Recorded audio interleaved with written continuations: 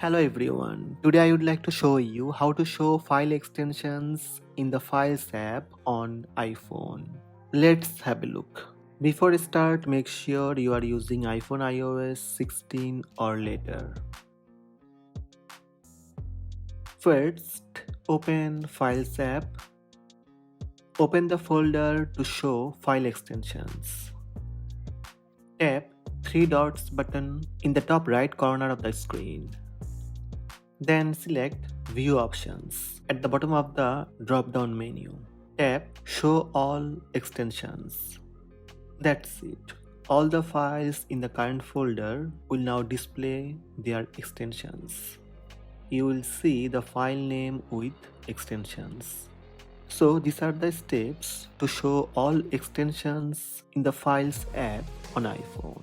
You can change list view or icons.